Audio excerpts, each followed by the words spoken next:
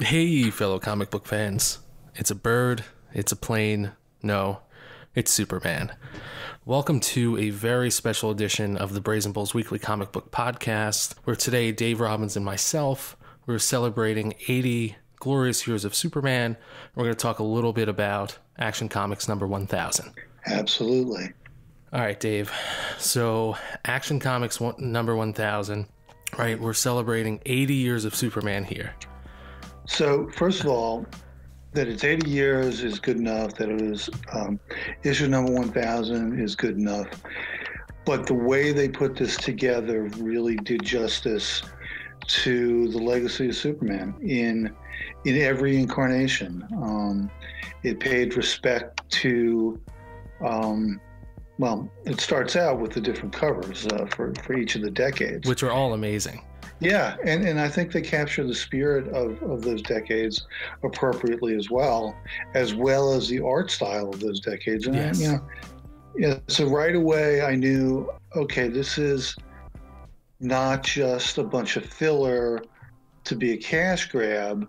This is a genuine tribute to something that has real significance to a lot of people over a long period of time. Yeah, I mean, let's just go. Yeah, they didn't pull the punches at all. No, I was going to say, just to put it into perspective, I mean, this is a superhero, right, that kind of predates comic book shops.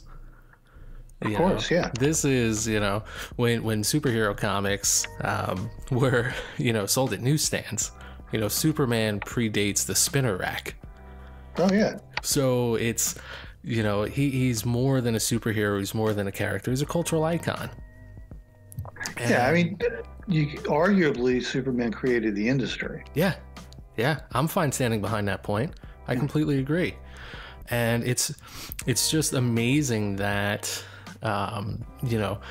maybe Superman as a hero isn't as relevant, some might say, as he was. He's not as amazing per se, doesn't stand out as much. Now we say Superman's an alien, he's not a hero. We have opinions like that, but he's been around for a really long time, and within reason. I mean, it's been a great 80 years for Superman.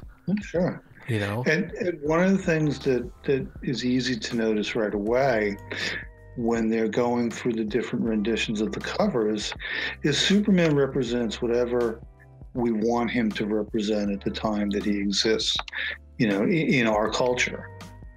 When he had to punch Nazis, he was punching Nazis, So here we got him fighting aliens in the 50s, and there's kind of in the 60s we've got this more I don't know, how would you describe that? I'm looking at the picture again. It's pretty wild. Yeah, it's a little bit over the top in the 60s, really, I think that's my favorite cover. Yeah. It's just so ridiculous. It's great. Yeah, I mean, that was one of those things that I was very happy to see, all of these alternate covers just back to back to back. Like you said, going through the ages of Superman. Like, they're all amazing covers. Yeah. Absolutely amazing. And it really set the mood, I mean, for me at least, like getting me ready to jump into this, what wound up being an epic reading experience. Sure. This really is, I mean, this is a huge issue. What is it? With the covers, it's 90 pages worth of, Superman. Well, it says 80 pages for 80 years. But yes. Yeah, adding the covers in, it goes up to 92. Exactly. But I mean, I think we have to talk about how this thing is put together. I mean, first of all, they start out putting together by just flipping through time, by flipping through the different covers. And then what happens is the nature of each story kind of changes. I mean, the first one is an introduction, kind of a worldwide celebration of Superman, right? It's like big picture stuff. Yeah. And then it goes to something that becomes a more intimate story. And then I'm not going in the exact order, but then there's stories about what he's done for people. There's another story technically about what people have done for him, yes, or by being inspired by him. all of which are different and really meaningful and interesting in their own way. And then it rolls up to something that is going to lead to the next, the next generation, the next iteration of Superman that looks to be pretty exciting. Oh yeah, say the least. And like you were saying, how we were kind of, rolling through these issues. What I liked most was I felt like we were looking at, first we started out, like you said, with the celebration of Superman, right? And then as we got closer, we just looked at, all the different things that Superman actually is. We looked at, him as the man, him as the hero, him as the, as the alien. There's a story about his alien planet. We look at him as as that cultural icon. We look at him as a, his adventures, his fictional adventures. One of my favorite, maybe my favorite, one of my favorite stories in here, has to do with Superman essentially, being forced to kind of relive all these, awesome stories that he's been in. We look at him through the ages, and it's just an amazing journey. And I love the idea that we're celebrating the history, and like you said, we then end walking through the door, stepping into starting this new generation of Superman, which truly is exciting. And for better or for worse, it's just it's amazing that, like I said, a character like this can be around this long and really has benefited, I think, from his time. It's a character that's been consistently, developed over the years, and that's great. I think because sometimes I think Superman, he can kind of come off as a sort of like a superficial hero. He is the superhero. Well, I mean, you're absolutely right. Yeah. I mean, when Superman becomes more of the icon and not as much as a meaningful character, the story and the legacy suffers for it. And I think what they've done here is zero in on the qualities of Superman that make him interesting as a character in an ongoing story. Yes. And there are other things, some of which have to do with his powers, but a lot of them have to do with his relationships with villains, his relationships with his family, his relationships with the planet, and it's his relationship with himself in a way, and his own perceptions of himself and his memory. Really interesting ways of looking at him, allowing him in these various stories to have more depth. And I think obviously some stories I like better than others, but one of the things that I really enjoy is that in each and every I want to say issue, but story, let's say, I'm enjoying all of the artwork. And especially enjoying how they differ. Yes. We go from one that's very, straightforward, busting through chains kind of thing, to something that's really kind of a brooding personal story. Yes. With kind of a throwback uniform, throwback costume as well. So. Yeah. And really, it just, I like how you brought up how all of these stories are so different, because Superman is a character where you can have so many different stories that still work so well. And like, I like, again, how you said that you want to keep saying different issues. It really did feel like that. It really did feel like we had different issues. They were clearly all about Superman, and they're all celebrating Superman in one way or another. But they did feel completely separate from one another, and it worked very well. And although they were stories that were complete, they created situations that I would perfectly be willing to hear more about. Yes. There's always a what happens next, and there always has been a what happens next, and then leading up to the most compelling story, I guess, because we know that there's more to come after it, Yes. which is the last one. And yeah, I mean, it's actually gotten me more excited about Superman than I have been in a while. Yeah, I was gonna say that exact same thing. And I'm sure I've said this before. I'm more of a Batman fan than I am a Superman fan, and really for a good deal of time, I just really didn't like Superman. Just really didn't work for me, and I think that this issue kind of changed my point of view. I think that what I was overlooking was that rich history. And I think that is a problem when you have a character that's been around so long. Sometimes you come across attempts to reinvent the wheel that fail. Sometimes you come across attempts to somehow capture an essence that doesn't really do justice to that. But here what we have is just... we're capturing different aspects rather than an entire essence, giving us a book that puts all the pieces together to something that's a whole Superman. Yeah, and really appealing. And like you said, when all those pictures come together, like at the end, all those pieces come together to form that picture, I really liked what I saw. Yep. And that's what really changed it for me. And then, after all of these short stories in this collection, we get the new Brian Michael Bendis story. It blew me away. Yeah. I mean, it was started out hit very hard, and it was, the energy levels were high throughout. There was some humor thrown in there, and it ends on a note that's just I can't wait to read more about it. Yeah. And I'm surprised that I'm saying that about a Superman story. Well, I mean, it's a Jim Lee artwork. Yes. Which beautiful, absolutely stunning artwork. We're discovering him lately, it seems, right? Yeah. I forgot how much I enjoyed his stuff. Exactly. And it's good, and it's vivid, and it's gritty. I mean, we've got a grimy Superman, I guess. Yeah. We got a kick-ass Supergirl, and at the end of it, there's definitely a cliffhanger. Oh, yeah.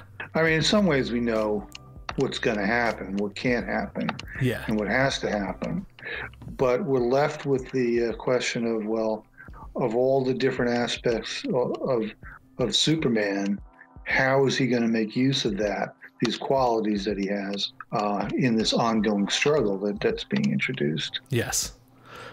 And, I like how you brought up about Jim Lee, and we have this grimy Superman.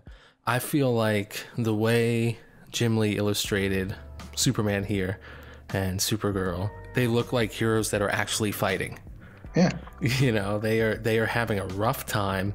I love all of the detail that's just packed into every panel. Even the panels that have the back, I think there was maybe 1, 2, that have that where the background kind of just disappears in a blast of something. It's still absolutely wonderful.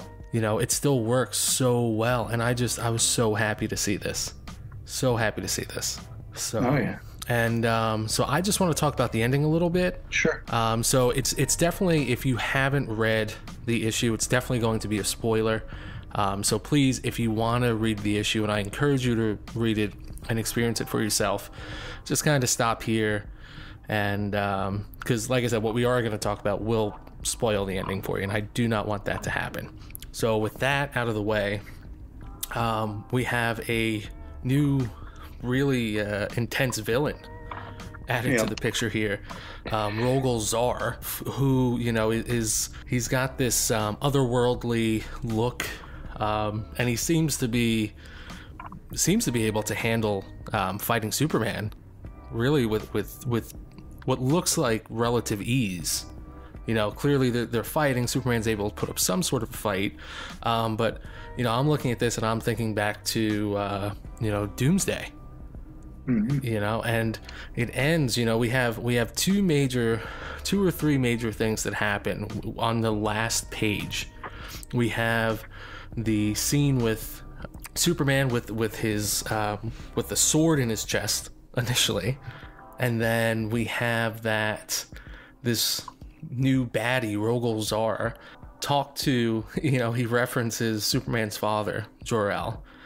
And, he says that, that he's going to end the Kryptonian sickness. He's kind of getting rid of Kryptonians from the universe. And he says that this is it. The Kryptonian sickness finally ends today, just like I once promised Jor-El when I destroyed the planet Krypton. Dun, dun, dun. Exactly. Now, at that moment, that was one of those, that's a big moment for me, as I'm sure everybody else that read this, because that changes everything that we've known about what happened to the planet Krypton. Okay, except, no, it doesn't. It never does. Yeah. So, don't get your knickers in a knot here, pal. I know. It's... Maybe I'm a little too excited. Well, no, but what I'm saying is there's an aspect of marketing in the delivery of something that looks like a complete retcon, that looks like, an overwhelming opponent. The thing is that they have to keep these qualities legitimate to bring the story forward. It can't just be a complete fake out. Yeah. But there's going to be a way to write their way out of this. Yes. Yeah, and to take my the fanboy pants off and put the long-time reader, first-time caller pants on, I think what's going to wind up happening is here, I don't think too much is actually going to change. I just think that the story of the destruction of Krypton is going to expand. Yeah, no, that's fine. Yeah, I think that there are heretofore unknown enemies. Yes. That may have contributed to the destruction of Krypton.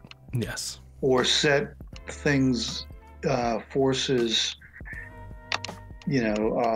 circumstances that fell together to a number of different activities that ultimately led to something, maybe. Yes.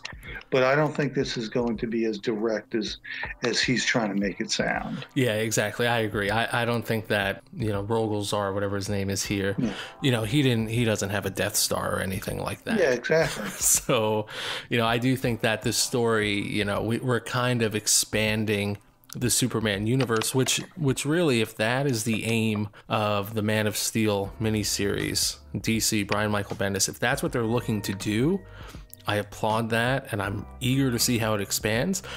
But I think that's a serious undertaking. Sure, yeah. Especially considering this happens in the same issue where we're celebrating 80 years of a rich, character and a rich world and a rich history, So the fact that this is kind of the period at the end of that sentence, or I guess more of an exclamation point, right? Yeah. At the end of that sentence, it's bold. I think that's a bold move, and I think that it was. But is it really? I mean, there's a lot of meta references here too, especially in that whole time loop thing. Yeah, where they're talking about early Superman, faster than a speeding bullet, more powerful than a locomotive. Yeah, basically stopped crime. Yes, that was his job. Okay, so you can't say that the nature of Superman has not changed periodically over the last 80 years. Oh, I agree. It definitely Absolutely has. Yeah. So here we are at the end of the story with something that may or may not fundamentally change our understanding of Superman. There's precedent for that. Let's just hope. And I think the story is in good hands. Yes, I agree. But, it should be done well. Yes. This isn't going to be like, all right, we changed everything, and then we're going to walk away and somebody else has to deal with it. No. Yeah, I think it's definitely, like I said before, it's definitely going to be an expanded, an expanded history here. And I really do like the idea that we're going to hopefully, learn a little bit more about Krypton and wherever, whatever race of people this guy comes from, what his history is. I always like a big new bad villain thrown into the mix, especially if by adding a new character, we're really able to expand the story and the mythos of Superman. Sure. So I'm super eager to see what happens next. And this Man of Steel series, it's going to be a 6-issue series, 6-issue weekly series. So I think that we're going to get a big picture. There's going to be a lot going on, and it's going to happen relatively fast. I think that we're really going to set the stage for greatness for, like you said before, the next generation of Superman. Yeah. So I was very pleased with Action Comics number 1000. Every story of this was a very well curated collection, offered different looks at Superman, you know, the icon through different lenses. It was a great talent in this book. You know, we had stories from, you know, everybody from Scott Snyder to Paul Dini. Like, yeah. It's amazing. Every issue looked great. It was fantastic. Yeah, we keep calling them issues. They're not. Exactly. And there it is again. You know, each story cool. in this issue. But that's what's supposed to happen. Yes. It's like we have something that felt like it was in good hands. Yeah. And was worthy of being told. Yes. And told in a great manner. And they felt complete. Yeah. They felt complete. But yeah, overall, I am happy that I lived in the generation where Superman was a thing. Even though we've had quite a lot of people that have lived while Superman was a thing. But I am glad that Superman has been a part of my life. And Dave, I'm sure you agree with that sentiment. Yeah, I mean, I'm on board. I mean, like I said, this is something that, okay, I could go with this. I absolutely am looking forward to the series coming up. I will read all 6 issues for sure. Absolutely. Whether that gets me in whole hog into the whole Superman world again, maybe not. I don't know. Yeah. But certainly for the next 6 issues of Man of Steel, I'm there. Exactly. So overall, Action Comics number 1000. Perfect celebration of the life and times of Superman. Absolutely fantastic. I think it completely. And you would give it a 10, and I would give it a 9. You know, Exactly. There it is. I give it a 10. You give it a 9, 9.5. I don't think that's too bad. I'll take it. And it reminded me of why Superman's great, and it has me and you as well eager to see what happens next. Yep. So with that, this is what we thought about Action Comics number 1000. Happy birthday, Superman. Until next week, folks. Alrighty.